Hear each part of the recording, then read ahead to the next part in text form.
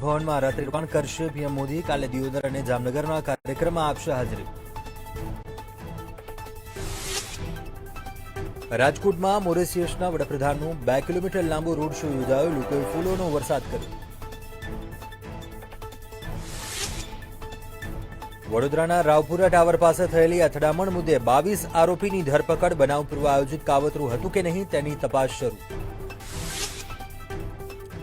Private સ્કૂલોમાં fee વધારો પાછો ખેંચી ડોનેશન પ્રથા બંધ કરાવો. સીએમને આમ આદમી પાર્ટીએ લખ્યો પત્ર.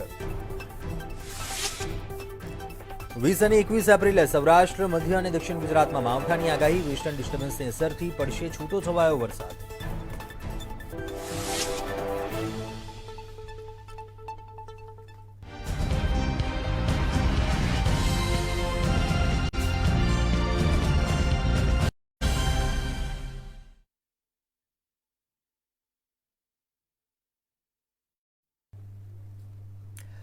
નમસ્કાર, મંતવ્ય ન્યૂઝમાં આપનું સ્વાગત છે. હું છું કુંજ.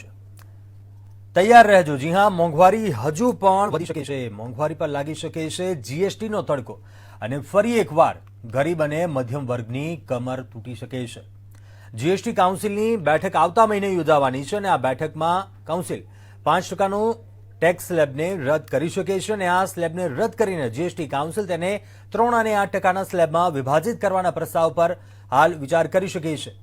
આ પ્રસ્તાવ પ્રમાણે મોટાપાયે વપરાશની કેટલીક વસ્તુઓને 3%ના સ્લેબમાં રાખવામાં આવશે અને બાકીની વસ્તુઓ પર 8%ના સ્લેબમાં ટેક્સ લાગશે. જ્યારે હાલમાં જીએસટીમાં કુલ 4 સ્લેબ 5%, 12%, 18% અને 28% છે. આ સાથે અન્ય એક મુદ્દા ઉપર વાત કરીશું. છેલ્લા ઘણા સમયથી અસામાજિક તત્વો દ્વારા દેશમાં જે વાતાવરણ ઊભું કરવામાં આવ્યું છે, 4 રાજ્યોમાં હિંસાની ઘટના બની. આખરે કોણ ફેલાવી રહ્યું છે હિંસા અને કોણે શાંતિને ફલિતો ચાંપ્યો છે? ત્યારબાદ વાત કરીશું. આમ આદમી પાર્ટી દ્વારા મુખ્યમંત્રીને પત્ર લખવામાં આવ્યો છે. શિક્ષણના મુદ્દે ફરી આમ આદમી પાર્ટીએ ગુજરાત સરકારને પત્ર લખ્યો છે અને પત્રમાં વિવિધ માંગણીઓ કરી છે. ત્યારે શું ગુજરાતમાં શિક્ષણનો ગોરખધંધો બંધ થશે? આ તમામ મુદ્દાઓને લઈને વાત કરીશું આજે સીધો સંવાદમાં.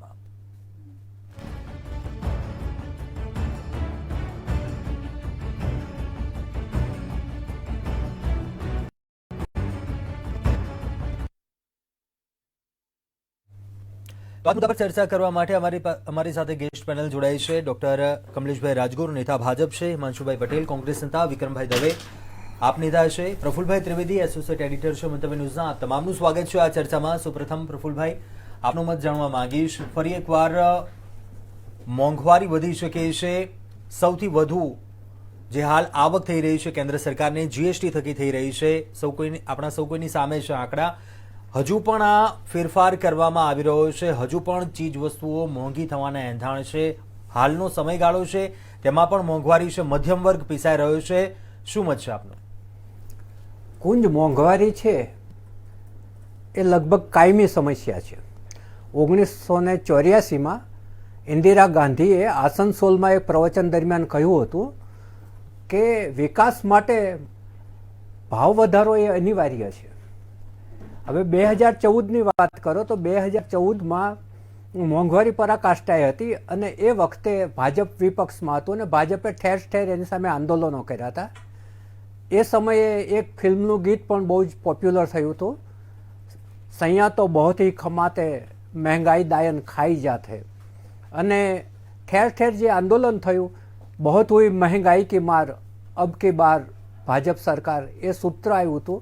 અને એ પછી ચૂંટણી બાદ મોંઘાઈથી ત્રસ્ત લોકોએ ભાજપનો જય જયકાર કર્યો હતો.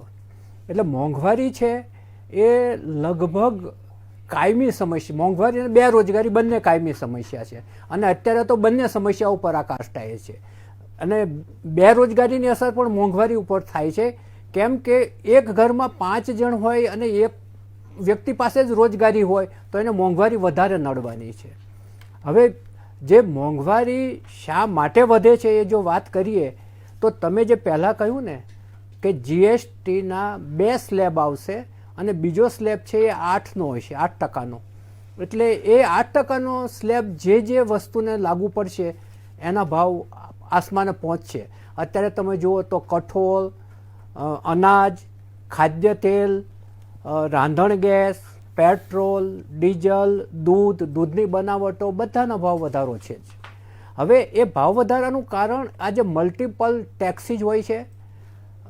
ખેત કે ઔદ્યોગિક ઉત્પાદન ઓછું થતું હોય તો એની અસર હોય છે, સરકારની નીતિની અસર હોય છે, અને પેટ્રોલ ડીઝલનો જે ભાવ વધે એનાથી ટ્રાન્સપોર્ટેશન મોંઘું થાય છે, એને કારણે બધી જ ચીજ વસ્તુઓ મોંઘી થાય છે. ચોક્કસ. ડૉક્ટર કમલેશભાઈ, આપનું મત જાણવા માંગુ છું. હાલ મધ્યમ વર્ગ છે તે એક જ આશા રાખી રહ્યો છે કે મોંઘવારી, પેટ્રોલ ડીઝલના ભાવ ઓછા થાય, શાકભાજી છે, લીંબુનો ભાવ જે વધ્યો છે ઘણા સમયથી, અને હજુ પણ ખાસ કરીને વેપારી વર્ગની હું વાત કરવા માંગુ છું. વેપારીઓની પણ છેલ્લા ઘણા સમયથી વિરોધ હતો જીએસટીમાં, સ્લેબમાં જે ફેરફારને લઈને, અને હજુ પણ હાલ જે આ એંધાણ છે, શું ખરેખર હવે મધ્યમ વર્ગ આશા રાખે કે મોંઘવારી કંટ્રોલમાં આવશે? ચોક્કસ ભારતીય જનતા પાર્ટીના વિષયના અનુસંધાનમાં હું એટલું ચોક્કસ કહી શકું કે મોંઘવારીના નામ ઉપર જેટલા પણ પ્રમાણિક પ્રયત્ન થાય અથવા મોંઘવારીને કંટ્રોલ રાખવા માટેના, તો એ ભારતીય જનતા પાર્ટી અને આ જે ભારતીય જનતા શાસિત રાજ્યોના જે સરકારો છે, અને ખાસ કરીને કેન્દ્ર સરકાર છે, આજે તો આદરણીય પ્રધાનમંત્રી આપણે ગુજરાતમાં પધાર્યા છે, તો એમણે પ્રયત્નો પ્રમાણિક કર્યા છે. પરંતુ ક્યાંક ને ક્યાંક વિકાસના સ્તર જે ઊંચાઈએ, જેમ ભાઈએ કીધું કે પહેલાં ઇન્દિરાજીની સરકાર વખતે જેમ કીધું કે વિકાસ માટે મોંઘવારી એટલે જે ભાવ વધારો થાય છે અનિવાર્ય છે, પરંતુ એવું પણ નથી. એ વખતે એવું થતું હતું કે ભાવ વધારો થતો હતો પણ વિકાસ, ડેવલપમેન્ટ નહોતું થતું. અત્યારે ભાવ વધારાની સાથે સાથે કદાચ ચોક્કસ મધ્યમ વર્ગને તકલીફ પડે છે, અને હું પણ વ્યક્તિગત એવું માનું છું કે ચોક્કસ મોંઘવારી વધે તો મધ્યમ વર્ગને જ સીધો સૌથી પહેલાં બોજ ઉપાડવો પડતો હોય છે. એટલે મોંઘવારીના વિષયમાં અંદર હું એટલું જ કહી શકીશ કે સરકાર પ્રમાણિક પ્રયત્ન કરે છે. ક્યાંક ને ક્યાંક જે પણ લોકો સમજે છે એ પ્રજા આ સરકારની સાથે છે, અને ડેવલપમેન્ટ સાથે થઈ રહ્યું છે. એટલે સ્વાભાવિક છે, ડેવલપમેન્ટના કારણે અમુક પ્રજા એવી વિચારે છે કે ભાઈ ડેવલપમેન્ટ જોઈતું હોય તો ક્યાંક ને ક્યાંક આપણે ટેક્સ આપવા પડશે, અને ટેક્સના જ કારણે માત્ર મોંઘવારી વધે છે એવું આપણે તમે અને હું માનીએ છીએ. પરંતુ ધારો કે 5% ટેક્સ હોય અને 8% જીએસટી થાય, 3% વધે, પણ સતત લોકો એ માનસિકતા, અને જે વર્ગમાં લોકો વ્યવસાય કરતા હોય છે એ લોકોએ માનસિકતા એવી કરી દીધી છે કે હવે 2% પણ વધ્યા ને 3% પણ વધ્યા એટલે પોતે 10% સીધો જ પોતાના ભાવોમાં વધારો કરી દે. અને જે સામાન્ય પબ્લિકને, જે પ્રજાને આ વસ્તુ જોઈતી હોય છે, એમાં જ્યારે ભાવ વધારો થાય ત્યારે ચોક્કસ મુશ્કેલી સર્જાતી હોય છે. હું વ્યક્તિગત એવું માનું છું કે મોંઘવારીની સમસ્યા છે, સાથે સાથે બેરોજગારીની ભાઈ વાત કરી, સમસ્યા અમે એનાથી છટકવા નથી માંગતા. એના સમસ્યાનું સમાધાન માટે અત્યારે રોડ ઉપર આવતો હતો તો જેટલા ટ્રાફિકની અંદર જે ગાડીઓ જોઈ એ પ્રમાણે તો સાલું મને એવું લાગ્યું કે મોંઘવારી જેવું ક્યાંય છે જ નહીં. કાલે રવિવાર છે, અમે લોકો બહાર નીકળ્યા તો એક હોટલની અંદર ક્યાંય કોઈ સીટ ન મળે, કોઈ જગ્યાએ બુકિંગ કરાવવું હોય તો ત્યાં આગળ કોઈ વેકન્ટ ના હોય. આ જ રીતે જે બહાર પ્રજા માણસની અંદર તમે જોવા મળો છો, મધ્યમ વર્ગ જ અત્યારે બહાર ફરી રહ્યો છે. અમીરોને તો મોંઘવારી નડતી નથી, ગરીબોને તો વધારે પ્રમાણમાં સમસ્યા છે તો પણ એના ચર્ચા કરતો નથી. મધ્યમ વર્ગ સતત ચિંતિત પણ છે અને ચર્ચા પણ કરે છે. એટલે હું એવું માનું છું કે સૌ સાથે મળીને ક્યાંક ને ક્યાંક જે પણ સોલ્યુશન લાવવો જોઈએ મોંઘવારીના વિષયની અંદર એ આપણે લાવવાની કોશિશ કરીએ, પરંતુ સાથે સાથે ડેવલપમેન્ટ જે થઈ રહ્યું છે એને પણ આવકારવું જોઈએ. આદરણીય પ્રધાનમંત્રી નરેન્દ્રભાઈ મોદીના સુશાસિત રાજ્યની અંદર અત્યારે જે પણ બીજી સમસ્યાઓ છે એ પણ દિન પ્રતિદિન એનું સ્તર જે પહેલાંના પ્રમાણમાં હતું એના કરતાં ઘણું સુધરતું જાય છે. ત્યારે હું એવું માનું છું કે મોંઘવારી અનિવાર્ય છે, હું શબ્દ નહીં વાપરું, પરંતુ મોંઘવારીની સાથે સાથે જે પણ બીજી સમસ્યાઓ છે એ બધી જ સમસ્યાઓને હલ કરવા માટે ક્યાંક ને ક્યાંક આપણે સફળ થવું પડતું હોય છે. ચોક્કસથી વિક્રમભાઈ, આપનો મત જાણવા માંગુ છું, અને ખાસ તમે જે મુદ્દો કીધો, આપણે 4 વ્હીલર કારની બહાર નીકળવાની જરૂર છે. આ જે સમસ્યા નડે છે 2 વ્હીલર ઉપર છે જે વ્યક્તિ, 3 સવારી 4 સવારી ઘણા દ્રશ્યો, અને આ જે છે વાસ્તવિકતા છે. વિક્રમભાઈ, આપનો મત જાણવા માંગુ છું, ખરેખર વાસ્તવિકતા પ્રમાણે ગરીબ વર્ગ છે, મધ્યમ વર્ગ છે, શું પરિસ્થિતિ હોય છે અને શું આશાઓ રાખતો હોય છે? અને ફરી એકવાર આ જીએસટીને લઈને આ નમસ્કાર સર્વે દર્શક મિત્રોને. કુંજભાઈ, મોંઘવારી એ ખરેખર ડાયન છે અને કમર તોડી નાખી છે. માન્ય પ્રફુલ્લભાઈએ કહ્યું કે ઇન્દિરાજીના ટાઈમે આ થતું હતું, પણ મારે મુખ્યત્વે આજની તારીખે જે પરિસ્થિતિ છે ને, મધ્યમ વર્ગ અને ગરીબ વર્ગ છે ને, એની ખરીદ શક્તિ ખતમ થઈ ગઈ છે. એની buying power, purchasing power, India Bharat દેશ રૂડો એટલે લાગતો હતો બહારના ઇન્વેસ્ટરોને ને બહારના લોકોને અહીંયા રોકાણ કરવા માટે કે અહીંયા પ્રોડક્શન થાય એટલે એમને ટ્રાન્સપોર્ટેશન ચાર્જીસ અને શિપિંગ ઘટી જાય અને જે માલનું પ્રોડક્શન થાય ને એ લોકલ ડોમેસ્ટિક માર્કેટમાં ખપી જાય ઇઝીલી અને એ કોમ્પિટિટિવ ભાવ દઈ શકે. એટલે ઇન્વેસ્ટર્સને ઇન્ટરેસ્ટિંગ લાગતું હતું, જે હવે ઇન્ટરેસ્ટિંગ નથી લાગતું. એના ફિગર્સ છે ને એ ચોંકાવનારા હશે. જ્યારે આ વાઇબ્રન્ટ ને એ બધું થાય ને ત્યારે વધારે વિશેષ ખબર પડશે. પણ મારે મોંઘવારીની વાત કરવી છે. જો પેટ્રોલ ડીઝલ છે હજી વેટ રેજીમમાં છે, હજી જ વેટ રેજીમમાં છે. અને વેટ રેજીમ એટલે સરકારને 35% ઉપર વધારે પૈસા લેવાય. જો તમે ફક્ત પેટ્રોલ ડીઝલ સીએનજી અને એના માટે એક વેટની આખી રેજીમ સરકારની અંદર એક વર્ટિકલ ચલાવતા હોય તો કેટલા રૂપિયાનો ખર્ચો થાય? આ એક આપણે પ્રશ્ન પૂછવાની જરૂર છે. રાંધણ ગેસ અસહ્ય, છેલ્લા 8 વર્ષની અંદર 3 ગણો ભાવ થઈ ગયો. ખાદ્ય તેલ, દૂધ, આ બધી વાત કરી. અને એના માથે કન્સ્ટ્રક્શન મટીરિયલ, મોટરસાયકલ, કુંજભાઈ સમજવા જેવું વાત છે. 2 વ્હીલર જે છે સાધારણ મધ્યમ વર્ગનું આ વાહન છે, બરાબર. એ મોટરસાયકલ છે આજથી 4 વર્ષ પહેલા, 4 જ વર્ષ પહેલા 45,000 નું મળતું હતું. અત્યારે એવરેજ મોટરસાયકલ 90,000 નું થઈ ગયું છે. 4 જ વર્ષની. આ કેવી રીતે થાય? અચાનક નથી થયું. એકલી મોંઘવારી નથી, મોંઘવારી છે એ બનાવવામાં આવી છે. અને મોટરસાયકલના જેટલા પ્રોડક્શન વાળા છે ને એમને કાર્ટેલ કરી લીધું છે. એમની યુનિટી છે અને યુનિટી સરકાર થવા દે છે. સરકારને હપ્તો આપે છે, કેન્દ્ર સરકારને હપ્તો આપે છે અને નાના માણસ પાસેથી મોટરસાયકલ મોંઘું કરી નાખ્યું છે. આવું ફક્ત એક મોટરસાયકલમાં નથી થયું. આ તમને પ્રમાણ સાથે કહું છું. આવું છે ને એ ફીસ, છોકરાઓની ફીસમાં પણ આજ પરિસ્થિતિ છે કે કાર્ટેલ થઈ ગઈ છે. પ્રાઇવેટ સ્કૂલોનું કાર્ટેલ છે. સરકારી સ્કૂલો નહીં થવા દેવી, સરકારી હોસ્પિટલો નહીં થવા દેવી અને પ્રાઇવેટ હોસ્પિટલો છે એ મિન્ટિંગ મની કરે છે અને સરકારની નજર નીચે સરકારને હપ્તો દઈને અને સરકારના જે તે સ્તરે જે કંઈ ચાલતું હોય ને એમાં ભ્રષ્ટાચાર ભરડો લઈ ચૂક્યો છે. એટલે આ મોંઘવારી છે. ખેડૂત પાસેથી તમે માલ નીકળી જાય. એ ખેડૂત અમારે ગયા વર્ષે છે ને 700 રૂપિયામાં કુંજભાઈ કપાસ વેચાણો હતો. હું પોતે ખેડૂત છું સુરેન્દ્રનગર જિલ્લામાં. 700 રૂપિયામાં કપાસ વેચાણો હતો વ્યવહાર પૂરો કરવા માટે. અને આ વર્ષે કપાસ છે ને એ 2000 રૂપિયામાં વેચાણો. અને 2000 રૂપિયામાં તો વેચાણો, ખૂબ બહુ આનંદ થયો. પણ કપાસ જ્યારે ખેડૂતોના હાથમાંથી જતો રહ્યો ને પછી 1900 ને 2000 ને અત્યારે 3000 ભાવ છે. પણ સટોડિયા આમાં મજા કરે છે આ સરકારની અંદર, કારણ કે એમની મીઠી નજર છે. વચેટિયાઓ મજા કરે છે. જગતનો તાત મજા નથી કરતો. જે ખરીદ પાવર જે દેવાનો છે ને મિડલ ક્લાસને અને ગરીબ વર્ગને, એ ખરીદ પાવર એમનો સંપૂર્ણપણે ખતમ થઈ ગયો છે. ત્યારે મારે મોંઘવારી બાબતે ચિંતાનો જે વિષય છે એ વાત કરી દઉં કે હોલસેલ પ્રાઇસ ઇન્ડેક્સ છે ને, હું જોતો તો માર્ચ મહિનાનો 14.55 હોલસેલ પ્રાઇસ ઇન્ડેક્સ. હોલસેલ વસ્તુના જ્યારે ભાવ વધે ને એના 3 મહિના પછી રિટેલ પ્રાઇસ વધે. તમે બહુ સમજવા જેવી વાત છે. હોલસેલ પ્રાઇસ ઇન્ડેક્સ છેલ્લા 17 મહિનાથી ઓલ ટાઈમ હાઈ છે 14.55 અને રિટેલ ઇન્ફ્લેશન છે એ 6.95% છે. That is also 18 months all time high. આ 18 મંથ્સ હાઈ છે. એટલે આ બે વસ્તુ ઇન્ફ્લેશન જે છે એના હિસાબે હજી મોંઘવારી વધવાની જ છે. કુંજભાઈ આમાં બ્રેક લાગી. આમાં નીતિ, સરકારની નીતિનું ફેલિયર છે. અને નીતિનું ફેલિયરમાં જે છેલ્લી વાત કરું હું તમને કે મોંઘવારી બે પ્રકારની હોય. આપણે ચાર્ટર્ડ એકાઉન્ટન્ટ સાથે વાત કરીએ કે કોઈ ઇકોનોમિસ્ટ સાથે વાત કરીએ ત્યારે એ આપણને વિશેષ સમજાવે છે કે મોંઘવારી બે પ્રકારની હોય. એક છે ને ઇકોનોમી ઓવરહીટિંગ કરતી હોય. ઓવરહીટિંગ એટલે લિક્વિડિટી છે ને એ ખૂબ વધારે હોય. લિક્વિડિટી એટલે મારા ખિસ્સામાં ખૂબ પૈસા હોય, તમારા ખિસ્સામાં ખૂબ પૈસા હોય, બધાના ખિસ્સામાં. આપણે આપણું છોકરું છે ને એ ઓલું બલૂન માંગે ને રોડ ઉપર જતા હોય તો એ 50 રૂપિયાનો બલૂન છે ને એ વેચવા વાળો 100 રૂપિયો કે ને તો આપણે ફટ દઈને કાઢીને આપી દઈએ. છોકરાને ખુશીથી મોટું કંઈ નથી. ત્યારે છે ને બધા આનંદમાં હોય છે. એ મોંઘવારી બહુ નડતી નથી. અને એમાં શું છે કે લિક્વિડિટીનું સક્ષમ થતું હોય છે. આ પહેલા ઇન્ડિયામાં આવી ચૂકેલી 2011-12માં તો ખાસ. પણ અત્યારે જે મોંઘવારી છે એ મોંઘવારી છે એ ચિંતાનો વિષય એ છે કે આ બીજા પ્રકારની છે કે જેની અંદર પ્રોડક્શન છે એ હાઈ છે પણ કન્ઝમ્પશન ખતમ થઈ ગયું છે. બાઇંગ પાવર ખતમ થઈ ગયો છે.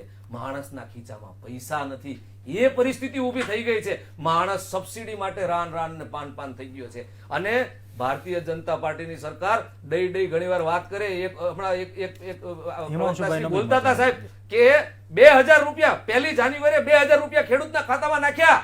તો 2000 રૂપિયામાં અત્યારે 2 LPG સિલિન્ડર નથી આવતા. 2000 રૂપિયા નાખીને આવા રાજી ન થવાય ખેડૂતના ખાતા. અને એમાંય તે 95% ઈ-KYC વગરના જે ખેડૂતો છે એના ખાતામાં નથી પડ્યા. ફક્ત 5% ખેડૂતો જે ઈ-KYC જેમણે આપ્યા છે એમના ખાતામાં. એટલે આવું બાંગા સરકાર હાકે છે ને એ દુઃખની વાત છે. મિસમેનેજમેન્ટ છે, ગ્રોસ મિસમેનેજમેન્ટ છે. બાકી આવી મોંઘવારી ના થાય. હિમાંશુભાઈ, આપનો મત જાણવા માંગુ છું. ચોક્કસ મારા મિત્ર વિક્રમભાઈએ જે ઇકોનોમીની વાત કરી એ બહુ સાચી વાત છે. જ્યારે તેજીની મોંઘવારી જુદી છે, મંદીની મોંઘવારી જુદી છે. ડિમાન્ડ એન્ડ સપ્લાયના રૂલ્સ ઉપર ડિપેન્ડ કરે છે. એટલે ઇન્દિરાજીએ જ્યારે એ પરિક્ષેપમાં કીધેલું ત્યારે રિયલ ડેવલપમેન્ટ થતા હતા. ઇન્ડિયાના જે બધા કોર્પોરેશન જે અત્યારે આ સરકાર બધી વેચી રહી છે, જે મોટા જાહેર સાહસો જે બધી વેચી રહી છે, એ બધા એ વખતે ડેવલપ થતા હતા જાહેર સાહસો.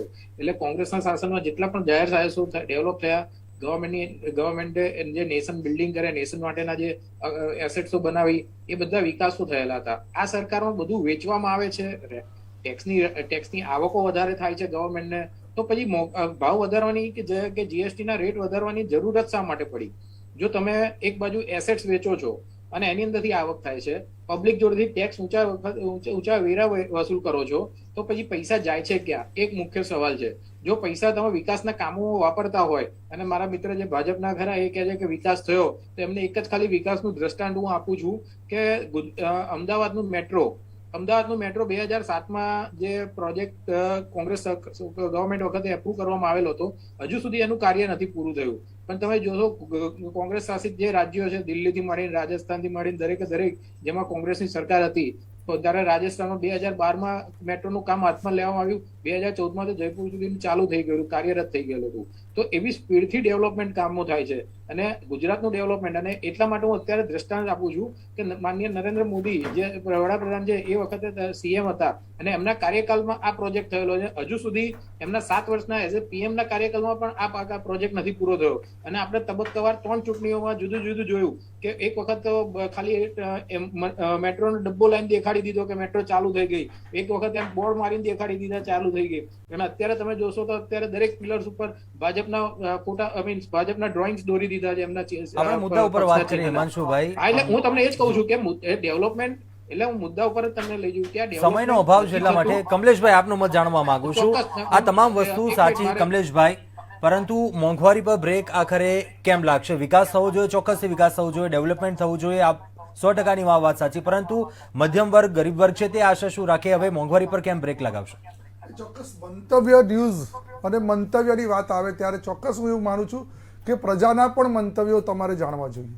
પ્રજા શું વિચારી રહી છે, પ્રજા શું એમના મનની અંદર ડેવલપમેન્ટ વિશે શું વિચાર છે એ પણ જાણી જોઈએ. રાજસ્થાનની જે વાત કરી અથવા જે પણ સિટીની વાત કરી મારા મિત્રએ, પરંતુ પ્રજા આખરે નક્કી કરતી હોય છે કે કઈ સરકાર કેવી રીતે ડેવલપમેન્ટ કરે છે અને ડેવલપમેન્ટના અનુસંધાનમાં ક્યાં મોંઘવારી કેવી રીતે વધે છે.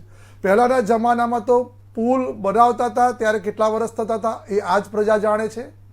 કેટલા વર્ષે એના પ્રોજેક્ટો પૂરા થતા હતા, ઓન પેપર કેટલા થતા હતા, કેટલા પૈસા ચવાઈ જતા હતા, કેટલા ભ્રષ્ટાચાર થતા હતા એ આજ પ્રજા જાણે છે. પણ અમારે એ વસ્તુ કહીને અમે એવું કહેવા નથી માનતા ભારતીય જનતા પાર્ટી કે આ સરકાર કે પેલા આમ કરતા હતા એટલે અમારે આમ કરવું છે. અમે ચોક્કસ પ્રજાના જીવન વિકાસનું સ્તર છે એ ઊંચું લેવા માટે સતત પ્રયત્નશીલ છે. અને સતત પ્રયત્નશીલ આ સ્તરની અંદર જેમ સ્કૂટરની વાત કરી કે 45 અને 90, પણ સાહેબ હું તમને કહું, હમણાં એક ઇલેક્ટ્રિક મારે વ્હીકલ લેવા જાઉં તો મને 6 મહિનાનું વેઇટિંગ બતાવ્યું. 6 મહિનાનું વેઇટિંગ. તો કેમ ભાઈ?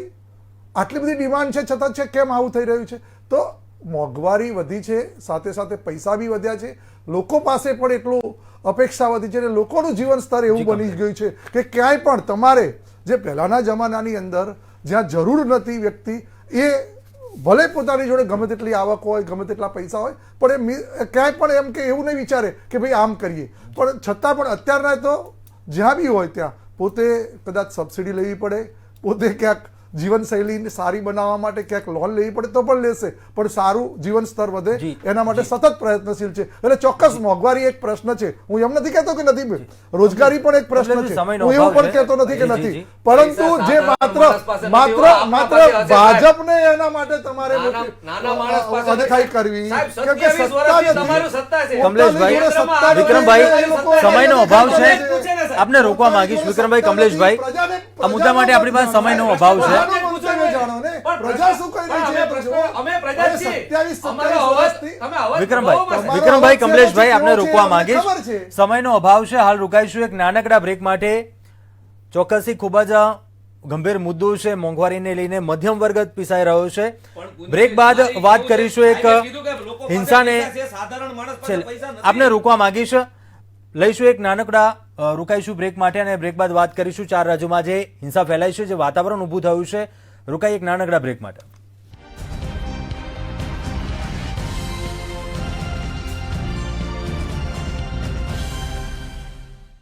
रूप मंत्रा आयुर्वेदिक फेस वॉश, इसमें है क्यूकम्बर के प्योर एक्सट्रैक्ट्स जो नेचुरली चेहरे को मॉइस्चराइज रखे। ये कोई कॉस्मेटिक नहीं, आयुर्वेदिक औषधि है।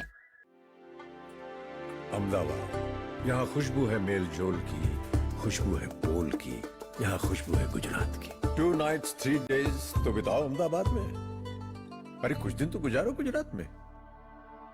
अच्छी जॉब के लिए it's a war out there, पर एट पारुल यूनिवर्सिटी रहो बेफिक्र, क्योंकि इनको बोलने की जरूरत ही नहीं, इनके प्लेसमेंट्स बोलते हैं। पारुल यूनिवर्सिटी, वडोदरा, गुजरात।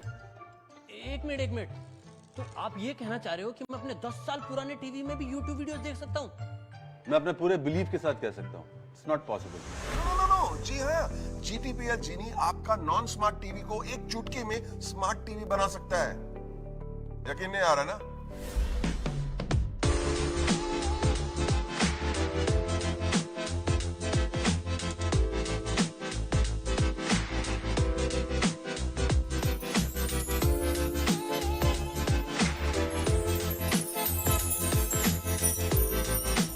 GTPL जीनी आपका हुक्म सर आंखों पर बॉस।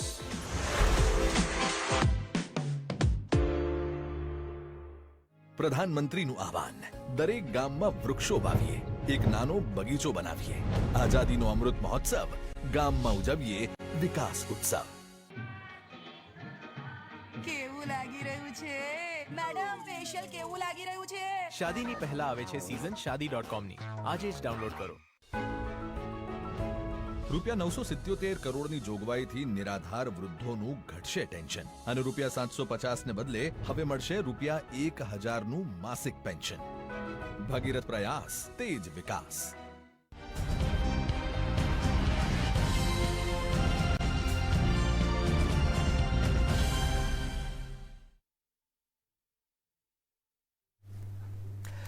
Welcome back. સીધો સંવાદમાં આગળ વાત કરીશું હિંસા કેમ. છેલ્લા કેટલાક દિવસોથી જે માહોલ ઊભો થઈ રહ્યો છે, અસામાજિક તત્વો દ્વારા જે હિંસાનો માહોલ ઊભો કરવામાં આવી રહ્યો છે, આ જ મુદ્દા ઉપર વાત કરીશું. ફરી એકવાર ગેસ્ટ પેનલ જોડાયેલી છે. આપ તમામનું સ્વાગત છે. પ્રફુલભાઈ, આપનો મત જાણવા માંગુ છું.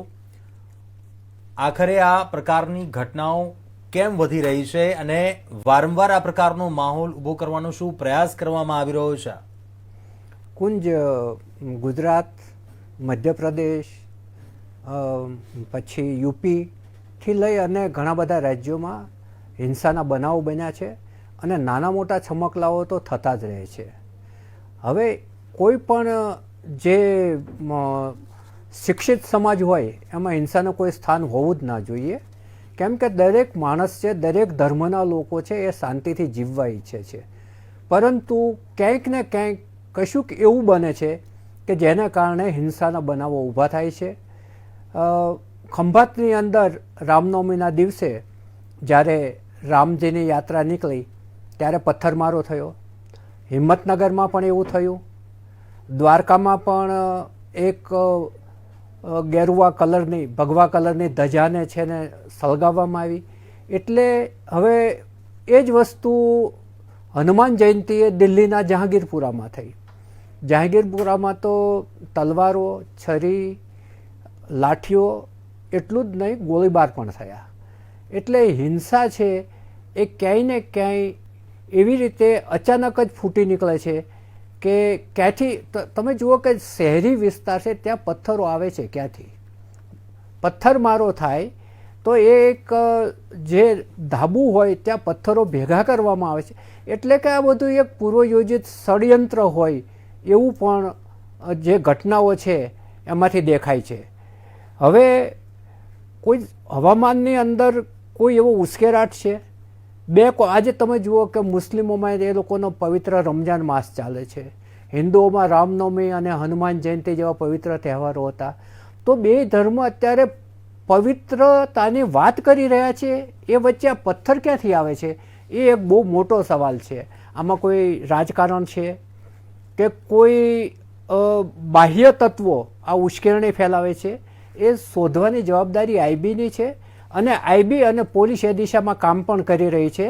આજે જહાંગીરપુરામાં ફરી પોલીસ ગઈ હતી અને ત્યાંથી જે તોફાની તત્વો હતા, જે વિડીયોમાં તોફાની તત્વો દેખાયા હતા, એ લોકોને પકડ્યા પણ છે. ચોક્કસ. કમલેશભાઈ, આપનો મત જાણવા માંગુ છું. જે માહોલ હાલ ઊભો થઈ રહ્યો છે, આ બાહ્ય તત્વો આપણે કહી શકીએ, અસામાજિક તત્વો દ્વારા આ પ્રકારની ઘટનાઓ પરંતુ હવે વારંવાર બની રહી છે, એક નહીં અનેક જગ્યાએ આ પ્રકારની હવે ઘટનાઓ બની. નહીં, ચોક્કસ તમે મને પહેલાં પૂછી લીધું, નકર પછી હું પાછું એમ કે એના માટે પણ ભાજપ દોષિત છે એવો વિષય આવે એટલે ત્યારે હું કહેત કે આ હિંસા જે ફેલાવી રહ્યું છે એને ડાયરેક્ટ કે ઇનડાયરેક્ટ કોણ સપોર્ટ કરી રહ્યું છે. હવે એ વિષય કદાચ પછી આવશે, કદાચ મને ટાઈમ આપશો તો હું બોલીશ. બાકી હું સ્પષ્ટ કહું છું કે જેમ પ્રફુલભાઈએ કીધું કે સાહેબ હિંસા ફેલાયો અને જે લોકો પકડાયા એ કયા લોકો પકડાયા છે એ આ ન્યૂઝ ચેનલ દ્વારા તમે અને હું આપણે સૌ જાણીએ છીએ કયા લોકોને પકડ્યા છે અને એ કયા લોકો, એ લોકોને કોણ પ્રોત્સાહન આપી રહ્યું છે, કેવા કેવા નિવેદનો કરે છે, દિલ્હીની વિધાનસભાની અંદર શું નિવેદન થાય છે, આ પણ આ પ્રજા જાણે છે. હું સ્પષ્ટ એવું માનું છું કે ધાર્મિક તહેવારોની અંદર હિંસા ન હોવી જોઈએ. આ બિન સાંપ્રદાયિક બધા માટે સરખું છે. જેમ ભારતીય જનતા પાર્ટી કહે છે સૌનો સાથ સૌનો વિકાસ, તો ડેવલપમેન્ટ કંઈ એક કોમ કે એક જાતિ માટે નથી, બધા જ માટે છે. અને બધા જ માટે છે ત્યારે જે પણ લોકો કોમી સ્વરૂપ જે આપણે ઘણા વર્ષોથી શાંત હતું એ ઉશ્કેરવાનું કોશિશ કરી રહ્યા છે અને પૂર્વયોજિત, પ્રફુલભાઈ ભલે માને છે, પૂર્વયોજિત કાવતરું જ છે સાહેબ. અને આટલી હદ સુધી માનસિકતા એ લોકોની હોય, અમુક લોકોની, ત્રાસવાદીઓની અથવા તો હિંસા કરનારા લોકોની, કે પેલા પુષ્પા સ્ટાઇલની અંદર પોતે એમ કે હમ તો ઝુકેંગે નહીં, પોલીસ પકડે છે ત્યારે એવું કહે છે કે હમ તો ઝુકેંગે નહીં, કેમ કે એમની સામે અમુક લોકોનું રાજકીય પીઠબળ છે. એ લોકો પ્રોત્સાહન એવા નિવેદનો આપી રહ્યા છે કે જે લોકો પોસાય છે અને અમને ખબર છે કે અમારી પાછળ જે પણ રાજકીય પીઠબળ છે, જે લોકો નિવેદન કરે છે એ અમને છોડાવવા માટે હવે આવશે, અડધી રાતે અમારી કોર્ટ પણ ખોલશે, આતંકવાદીઓને બચાવતા હતા એ લોકો અમને પણ બચાવવા આવશે એવું માને છે. એટલે ચોક્કસ એ લોકોને પ્રોત્સાહન મળે છે. હું વ્યક્તિગત એવું માનું છું કે ક્યારેય રાષ્ટ્ર ધર્મ એ પહેલા હોવો જોઈએ. રાજકીય કોઈ પણ કાવા દાવા કરો, ભારતીય જનતા પાર્ટીને સામે પણ આક્ષેપ કરી શકો અને હિન્દુ ધર્મ સામે પણ આક્ષેપ કરી શકો છો, ચોક્કસ, એમાં બે મત નથી. પરંતુ તટસ્થ રીતે વિચારીને જોવું જોઈએ કે કેમ ભાઈ કોઈ આપણે આ તાજિયાનું ઝુલસ કે એની ઉપર પથ્થરમારો નથી થતો, માત્ર હનુમાન જયંતિની યાત્રા ઉપર જ કરવાનો, રામ જન્મભૂમિને રામની યાત્રા નીકળે ત્યારે જ હુમલો કરવાનો, પહેલેથી કરવાનો, પહેલેથી ટોળું ભેગું થઈ જવાનું, પહેલેથી પથ્થરમારો કરવાનો. અને પથ્થરમારો કરે અને જ્યારે આ સરકાર એની સામે પગલાં લે અને પગલાં લઈને ધારો કે યુપીની અંદર તો બુલડોઝર વાળા બાબા બહુ બીક છે એ લોકોને. હવે અમે કંટ્રોલ તો કરવા માટે જે બી ઉપાયો કર્યા છે, જેવા સાથે એવા આ સરકાર કામ કરી રહી છે, એટલે મને આનંદની વાત છે. પરંતુ એ લોકોને સામે સામે એવા આક્ષેપો થાય સાહેબ તમે બુલડોઝર લઈને કેમ નીકળો છો?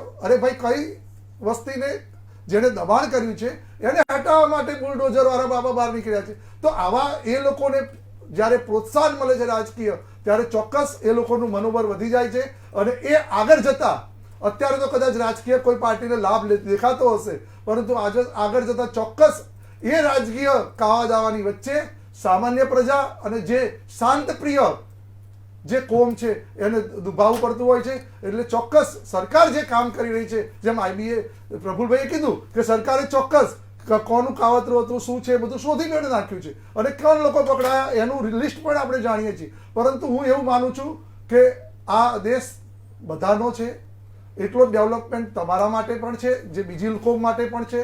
બીજાનો ધર્મ પણ એટલો જ પવિત્ર છે જેટલો એમનો ધર્મ અથવા બીજી કોઈ જાતિનો ધર્મ હોય એ પણ પવિત્ર હોય. તો બધાને સૌ સાથે મળીને સંપીને આપણે જે બીજ રોપ્યા હતા બિન સાંપ્રદાયિકના, એ રીતે ચાલવું જોઈએ. હજુ ફરીથી વિનંતી કરું છું કે આવનારા દિવસોની અંદર ભારતીય જનતા પાર્ટીની સરકાર હોય કે બીજી કોઈ પણ સરકાર હોય, એને એવા કડક કામ ન કરવું કે જેના કારણે, જો હિંસા કરવાવાળાને કોઈ ધર્મ હોતો નથી, પરંતુ એ સમજણ નથી હોતી કે આગળ જતા એ ધર્મને કેટલું માનવતાનું નુકસાન થઈ રહ્યું છે એ નુકસાનનું પણ સમજી વિચારીને જો કામ કરવામાં આવે તો દેશ પ્રગતિશીલ બને. હિંસામાં બીજું પણ કેટલું નુકસાન થતું હોય છે, માત્ર ધાર્મિક લાગણી દુભાઈ છે એટલું નથી હોતું, પણ દેશ પણ ડેવલપમેન્ટમાંથી પાછો પડતો હોય છે. એટલે ચોક્કસ હું એવું માનું છું કે આ વિષય જે તમે છેડ્યો છે એ વિષયના અનુસંધાનમાં ખાસ મંતવ્ય લોકોનું જાણજો કે કોણ આ હિંસાની પાછળ જવાબદાર છે, કેમ છે, કોણ એને સપોર્ટ આપી રહ્યું છે, કોણ પાછળથી પીઠ પર વધે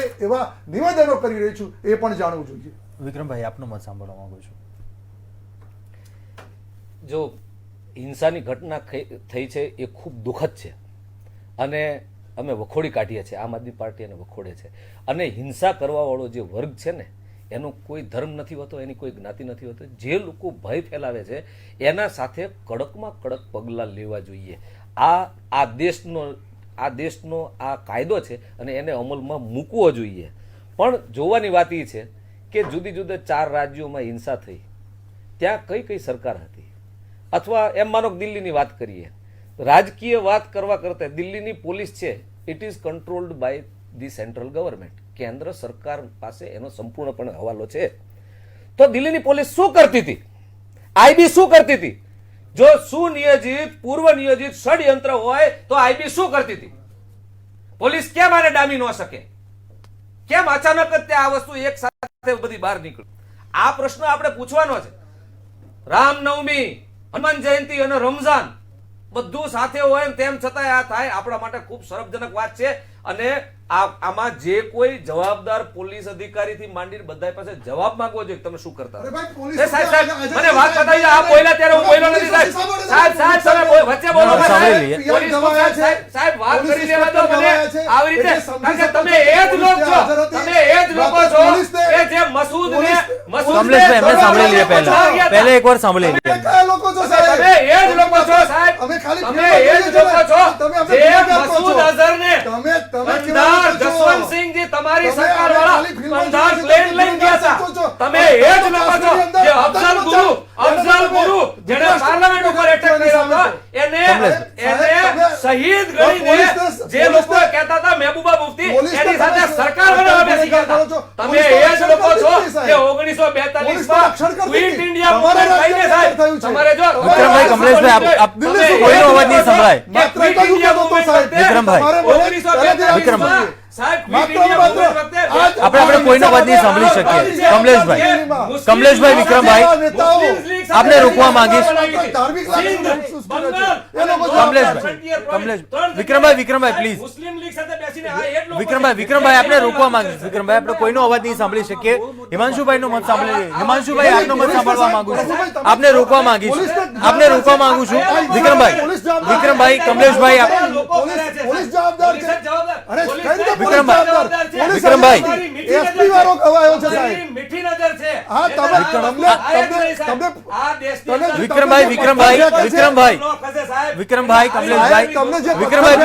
પ્લીઝ, આપને રોકવા માંગુ છું. વિક્રમભાઈ, આપણે સમયનો અભાવ છે. હિમાંશુભાઈ ને બી સાંભળવાના છે. વિક્રમભાઈ,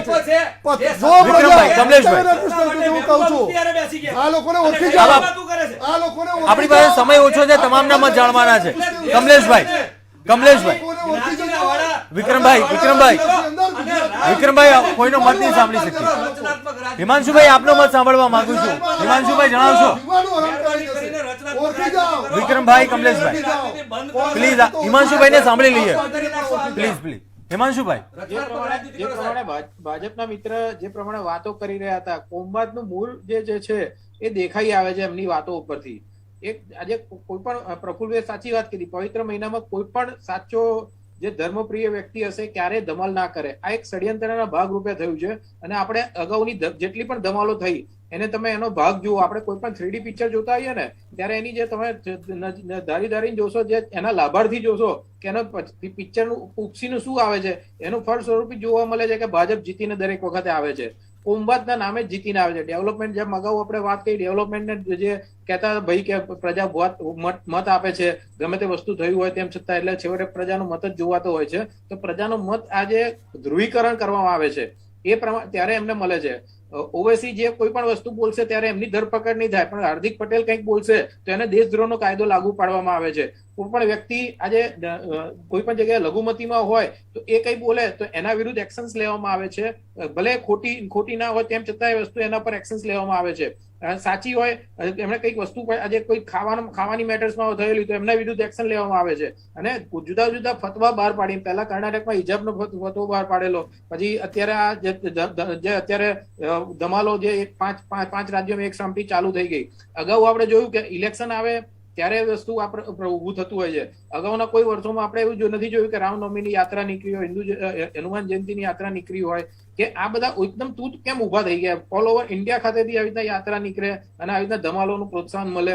એટલે એક જાતનો એક નક્કી આયોજિત એક કાર્યક્રમ કરવામાં આવી રહ્યો હોય છે અને એના ભાગરૂપે જ હોય છે. જો સરકાર આજે કેન્દ્ર સરકારની જવાબદારીમાં આવે છે કે દરેકે રાજ્યો, ભલે બીજા રાજ્યોમાં બીજી કોઈ સરકાર હોય કાં તો એમની સરકાર હોય, તો આ વસ્તુ એરાઇઝ થતું હોય, આતંકવાદી પ્રવૃત્તિનું જો અત્યારે સ્વરૂપ આપી દેવામાં આવતું હોય જે કે આ વ્યક્તિને વસ્તુને, તો શા માટે આતંકવાદી પ્રવૃત્તિ થઈ? તમારા નાક નીચે તમે કદાચ કે અમારે આતંકવાદી પ્રવૃત્તિઓ ક્યારે થતી નથી, તો તમારા નાક નીચે આતંકવાદી પ્રવૃત્તિઓ થઈ રહી છે, તો શા માટે તમે આને થવા દીધી? આઈબી ના રિપોર્ટ, જેમ ભાઈએ કીધું કે આઈબી ના રિપોર્ટ ને બધું પહેલેથી એમને મળી જ જતું હોય છે, તો એ તંત્ર શું કરતું હતું? આજે કોઈ પણ વસ્તુમાં કોઈ આપણે જે ધુમાડો ક્યારે નીકળે, ક્યાંક આગ લાગી હોય ત્યારે જ ધુમાડો નીકળે.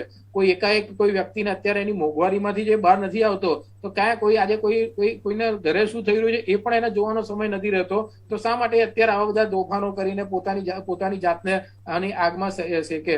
એટલે કોઈ વસ્તુ આ જે છે માત્ર ને માત્ર રાજકારણ પ્રેરિત દેખાઈ રહ્યું છે. આતંકવાદીનું નામ આપવામાં આવ્યું છે. આપણે અગાઉ પણ જોયું કે ઘણા બધા હુમલાઓમાં થાય ત્યારે કોઈ આપણે અહીંયા ટિફિન બોમ્બમાં ખીજામાં પેલો ચિઠ્ઠી લઈને હૈદરાબાદની બસ સ્ટેન્ડે બેઠો હોય કે મેં આટલા હુમલાઓ કર્યા છે, આટલા ટિફિન બોમ્બો ફોડ્યા છે. એ રીતના બધા જે એન્કાઉન્ટર થયેલા અને એ બધા ઇન્વેસ્ટિગેશન થયેલા એ બધા આપણે ગુજરાત મોડેલના જોયેલા જ છે.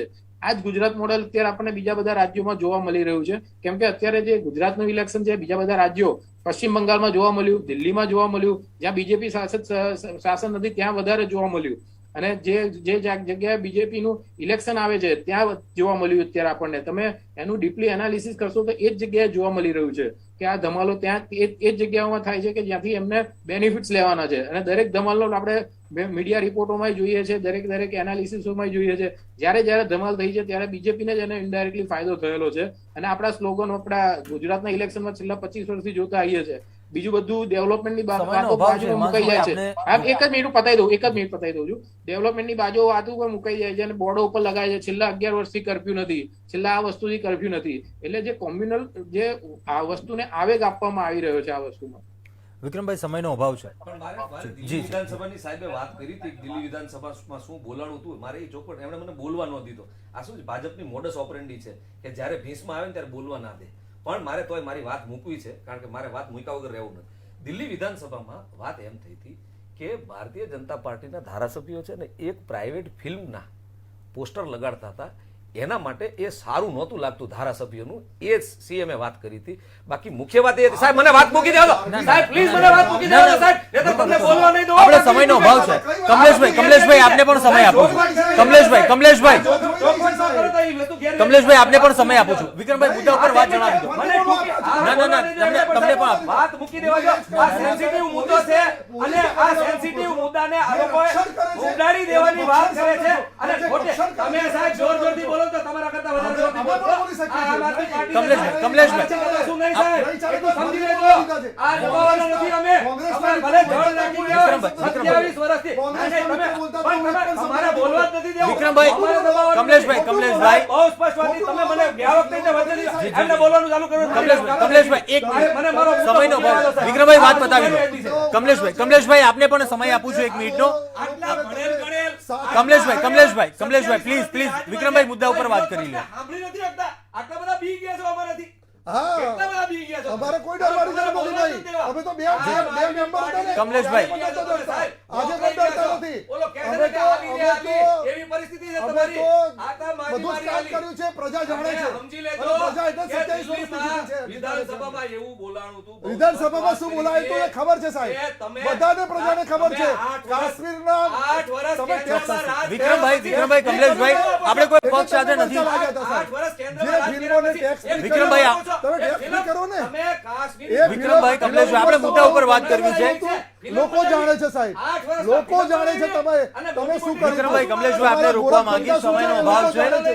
વિક્રમભાઈ. બધાને ઉલ્લુ બનાવો છો. હું પણ હિન્દુ છું. વિક્રમભાઈ, આપને રોકવા માંગીશ. વિક્રમભાઈ, આપને રોકવા માંગીશ. સમયનો અભાવ છે, રોકાઈશું એક બ્રેક માટે અને બ્રેક બાદ વાત કરીશું.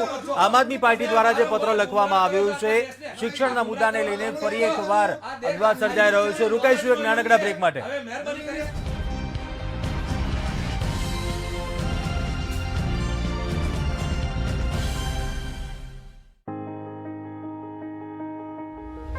આદરણીય નરેન્દ્રભાઈ, કુશળ હશો. અહીં પણ બધું ક્ષેમ કુશળ છે. વનબંધુનું કલ્યાણ કરવાના તમારા અભિનવ વિચાર થકી જ તો આજે અમારા ઘરોમાં રોશની, ફળિયામાં નળ અને ગામમાં આરોગ્ય કેન્દ્રો છે.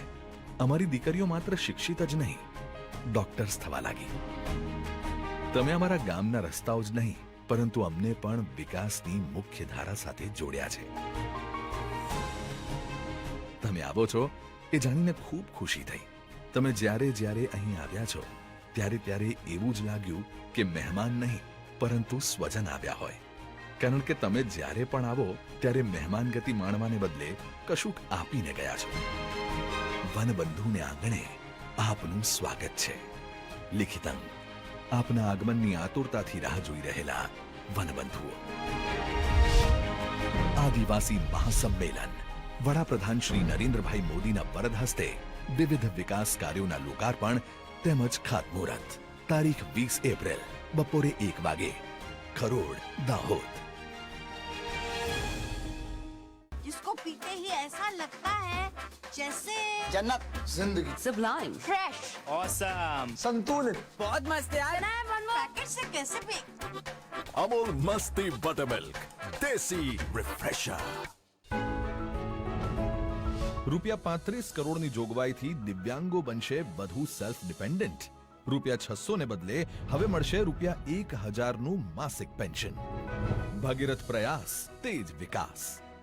रूप मंत्रा आयुर्वेदिक फेस वॉश. इसमें है क्यूकम्बर के प्योर एक्सट्रैक्ट्स जो नेचुरली चेहरे को मॉइस्चराइज रखे. ये कोई कॉस्मेटिक नहीं, आयुर्वेदिक औषधि है. Welcome to Chaupaner, the university of architecture. यहाँ खुशबू है प्यार की, आशीर्वाद की. यहाँ खुशबू है गुजरात की. कब तक बैठे रहेंगे किताब लेके हाथ में? चलो कुछ दिन गुजारते हैं गुजरात में. जरा मुस्कुरा दे, हे हे हे, ऐसे तुझी एक चम्मच अमूल की. दिमाग फिट और सेहत भी, ऐसे तुझी एक चम्मच अमूल की. जस्ट एक चम्मच अमूल की.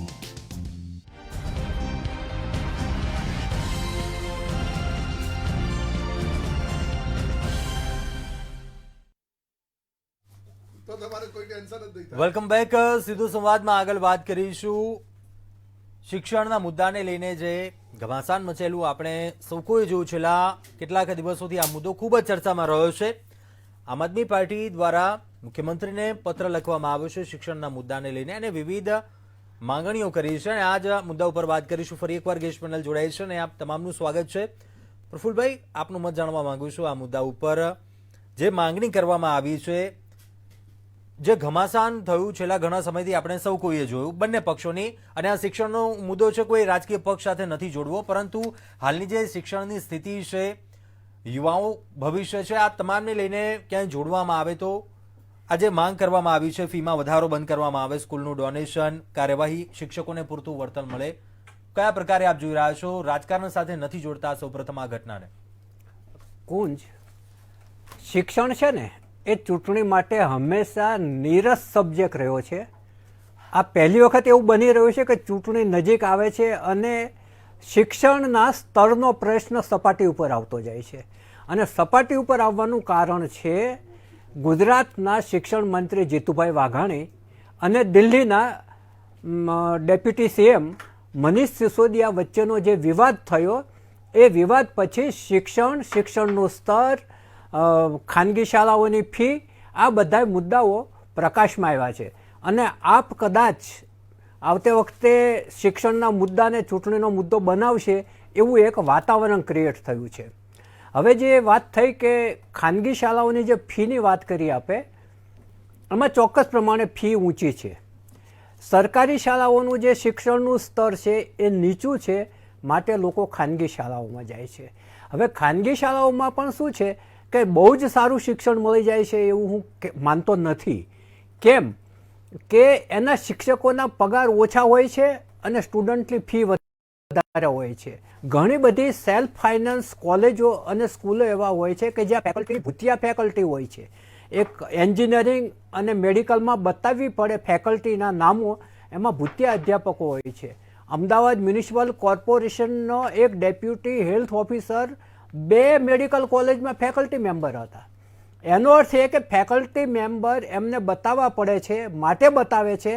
એટલે જે વિદ્યાર્થીઓ છે એની સાથે એક પ્રકારની છેતરપિંડી થાય છે, કેમ કે એને જે એજ્યુકેશન મળવું જોઈએ એ જે તે ફેકલ્ટી મેમ્બર પાસેથી નથી મળવાનું, કારણ કે એ અન્યત્ર હાજર છે.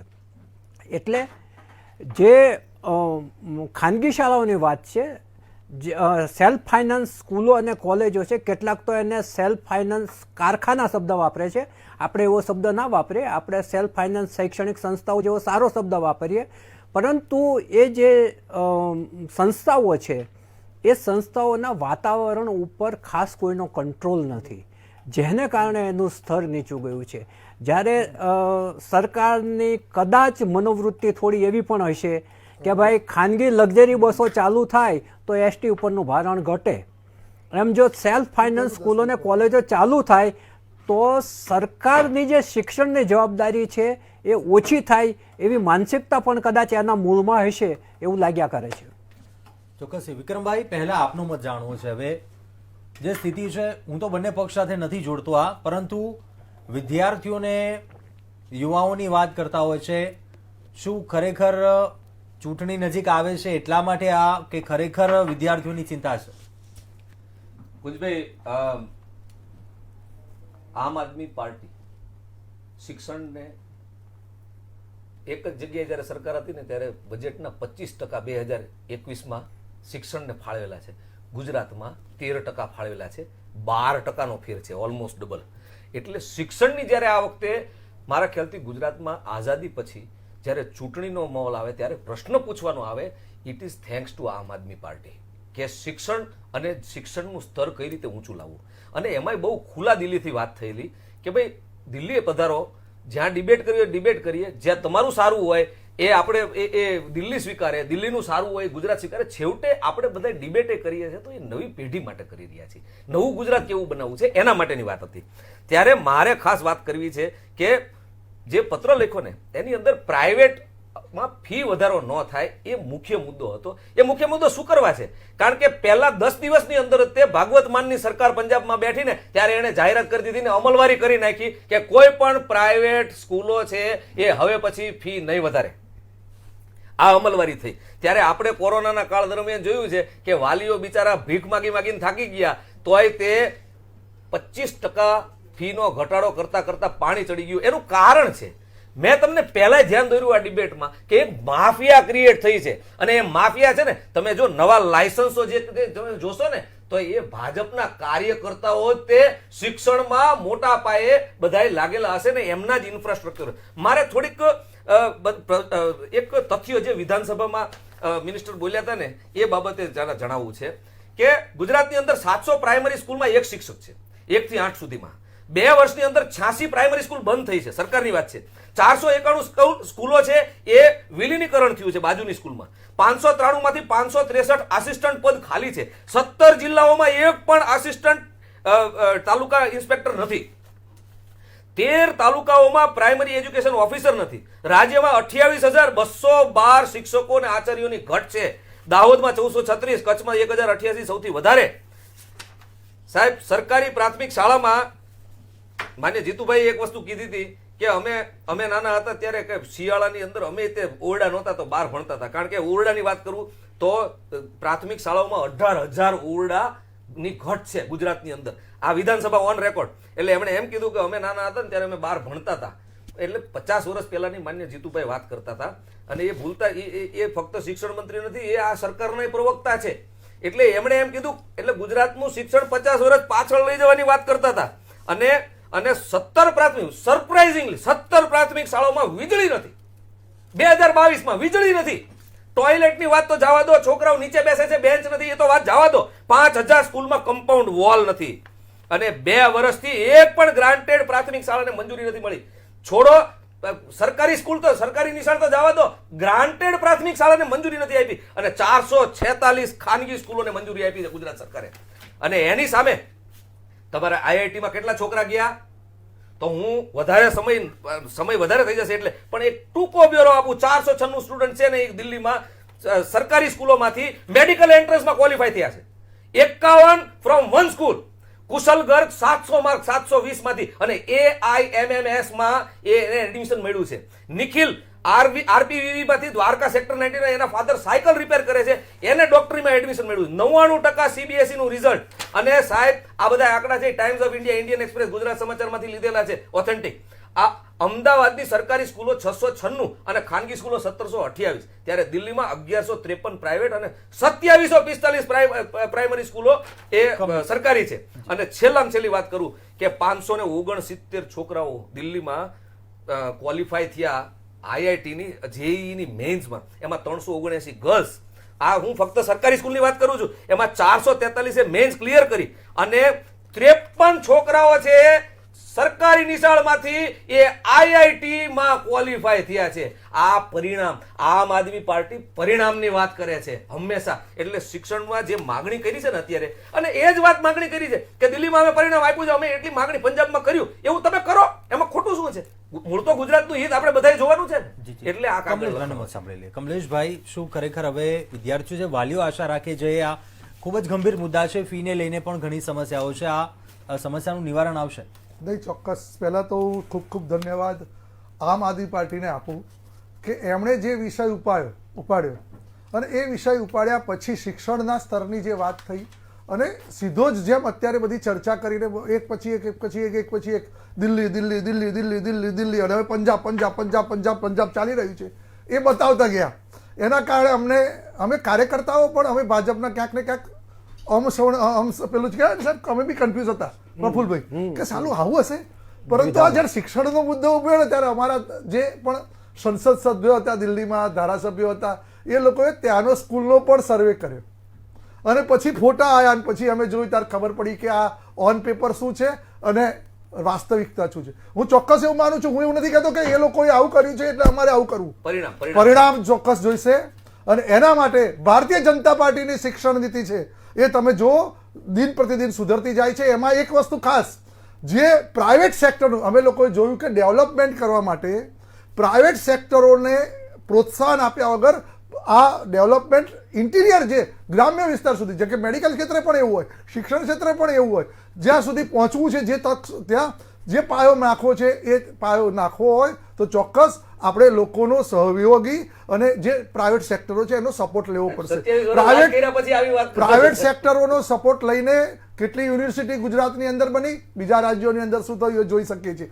આ યુનિવર્સિટી કયા પ્રકારનું શિક્ષણ આપે છે સાહેબ? SG હાઈવે ઉપર ખાલી જાઓ ને, આઉટ ઓફ ગુજરાતના કેટલા વિદ્યાર્થીઓ અહીં ભણવા આવી રહ્યા છે સાહેબ, જુઓ તો ખરા, તમે કમ્પેર કરો તો ત્યાં આગળ, અરે દિલ્હીના વિદ્યાર્થીઓ પણ અહીં આગળ હું તમને બતાવીશ. આજ SG હાઈવે ઉપરની નવી કોલેજો, હા તો યુક્રેન જાય છે, મેડિકલના અભ્યાસ માટે જાય છે, પરંતુ મેડિકલ સિવાય શિક્ષણની વાત કરું છું, બાળકોની વાત કરું છું, ચોક્કસ મને નહીં બોલવા દે. પ્રજા જાણે છે કે કે ડેવલપમેન્ટ થાય, જ્યારે શિક્ષણનું સ્તર ક્યાંક ને ક્યાંક ફી વધારે આપવી, પ્રજાને પણ તકલીફ પડે છે. એવું નથી કે મને એકલાને આમ, પરંતુ જો એ એવું કહેતા હોય કે અમે આટલા ટકા શિક્ષણમાં અમે લોકો બજેટ ફાળવીએ છીએ, સાહેબ ત્યાં તો બધું મફત જ મળે છે, તો પછી આ વખતે આવતી નથી તો 12% ફાળવવાની ક્યાં જરૂર છે? જ્યાં મફત જ બધું આપે છે, જ્યાં આવતું જ નથી, અને પછી તમે 12% 15%ની વાત કરો છો. ગુજરાતની અંદર રિઝર્વ બેંકના ફિગર આપો કે દિલ્હીમાં GSDP ના 2.5% દેણું છે અને ગુજરાતનું 23% દેણું છે. રિઝર્વ બેંકનો આજની તારીખનો 2021 ત્યાં ગુજરાત રાજ્ય અને જ્યાં એમના ટોટલ GSDP નું ચોક્કસ GSDP નું એટલે માત્ર અને માત્ર પ્રજાને ગુમરાહ કરવાની વાત છે. કરોડોની વાત નથી, ટકાવારીની. આવી જ રીતે શિક્ષણની વાતની ગુમરાહ કરવાનું બંધ કરી દો. આ શિક્ષણમાં તો કઈ મુદ્દાની ઠોસ વાત કરો. શિક્ષણમાં અમને તો ગમે. હવે ખબર આપણે પડી બધા કે આ ભેગા થઈને લોકો- ગુજરાત બનાવીએ આ સાહેબ. લોકો- અરે અમને અમારે- કઈ ઠોસ અરે વાત બનાવ્યું કરવી છે ને સાહેબ. તમે ઠોસ વાત કરતા અરે નથી. ગુજરાત તમે નંબર વન ગુમરાહ બનાવ્યું છો. છે સાહેબ. બધી જગ્યાએ ગુમરાહ છો. ગુજરાત તમારા નંબર પાસે વન કોઈ છે અને મુદ્દો જ નંબર નથી વન સાહેબ. રહેશે. તમારે ગુજરાતના WhatsApp કારણે યુનિવર્સિટી તમને સિવાય જે તમારા મરચા પાસે લાગે કોઈ છે, મુદ્દો જ નથી. ગુજરાતના વિકાસમાં એટલે તમને જે તમારી મરચા લાગે છે, પરિસ્થિતિ ભલે બહુ લાગે. You are પણ ગુજરાત- on a very ગુજરાતની unstable અંદર- ground. તમે ભલે બહુ ગુજરાતને ભયંકર તમે ground ગાળો ઉપર છો, છો, સાહેબ. ગુજરાતને તમે ગમે તેટલું તમે ગુજરાતને વખોડતા નથી. હા, વખાવી લો. ગુજરાતના ઉત્થાન માટે પરંતુ હું બેઠા સ્પષ્ટ અમે કહું છું. ગુજરાતી છીએ હા, બરાબર. દિલ્હી પણ દિલ્હી એટલે દિલ્હી આવી વાત કરો, તો પંજાબ પંજાબ અરે કરો. જ્યાં ગુજરાતનું તમે સારું performance નહીં સારું કરો. હોય એ સ્વીકારવાની તમારા વાત છે. મોઢામાં નહીં આવે. તમે પણ અમે ઉપરથી સ્વીકારી છે. ઉતરેલા ઇન્દ્ર નથી. અરે જ્યાં ભાઈ, સારું હોય સમયનો એને અભાવ જોયું છે, કરો. શૈલેષભાઈ. અમે અત્યારે આ વિક્રમભાઈ, પહેલા વિક્રમભાઈ. આ પહેલા જ્યારે શિક્ષણ પહેલા સમયનો અભાવ છે, શિક્ષણ પહેલા ચર્ચાને સમાપ્ત વાત કરવી થતી પડશે. હતી, ત્યારે મેં એ મોહલ્લા પણ ભારતીય ક્લિનિક જનતા પણ જોયા પાર્ટીના છે. લોકો મોહલ્લા શિક્ષણના ક્લિનિક કેટલા મુદ્દે ખરાબ છે અત્યારે ક્યાંય ડિબેટમાં આવ્યા નથી. એ પણ મેં જોયા છે. શિક્ષણના મુદ્દે. પ્રફુલ્લભાઈ, તમને ધન્યવાદ છે કે તમે ભાજપવાળાને શિક્ષણના મોહલ્લા મુદ્દે ક્લિનિકનો બેસાડ્યા. અભ્યાસ કર્યો તો છે. વિક્રમભાઈ, સમયનો વિક્રમભાઈ, અભાવ હવે છે. શાંતિ રાખીએ. કમલેશભાઈ, કમલેશભાઈ, શાંતિ સમયનો રાખીએ. અભાવ છે આપણી પાસે. કમલેશભાઈ, ચર્ચાની સમાપ્ત કરવી પડશે. કમલેશભાઈ, બીજા લોકોને કમલેશભાઈ, સમયનો અભાવ છે, સમયનો અભાવ છે. હિમાંશુભાઈ, વિક્રમભાઈ, પ્રફુલભાઈ, આપ તમામ આ ચર્ચામાં જોડાયા તે બદલ આપનો આભાર. ચોક્કસથી ખૂબ જ ગંભીર મુદ્દો છે, પરંતુ આશા એક જ રાખી રહ્યા છે, કોઈ પણ પક્ષ હોય, પરંતુ શિક્ષણ મોડેલ બનાવો, વિદ્યાર્થીઓની ચિંતા કરો અને જે સમસ્યાઓ છે તેનું નિવારણ લાવો. અત્યારે આ ચર્ચામાં બસ આટલું. મને આપશો રજા. નમસ્કાર.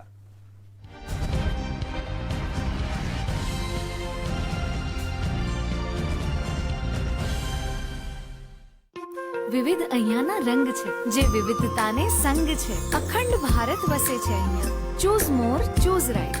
પારુલ યુનિવર્સિટી, વડોદરા, ગુજરાત. હનીમૂન માટે ક્યાં જવું છે? ક્યાં જવું છે મેમ? શાદી સિઝનની પહેલા આવે છે seasonshadi.com ની. આજે જ ડાઉનલોડ કરો. પ્રધાનમંત્રીનું આહવાન. ગામના નિવૃત્ત સરકારી કર્મચારીઓને ભેગા કરીને ગામના વિકાસ માટે તેમના અનુભવોનો લાભ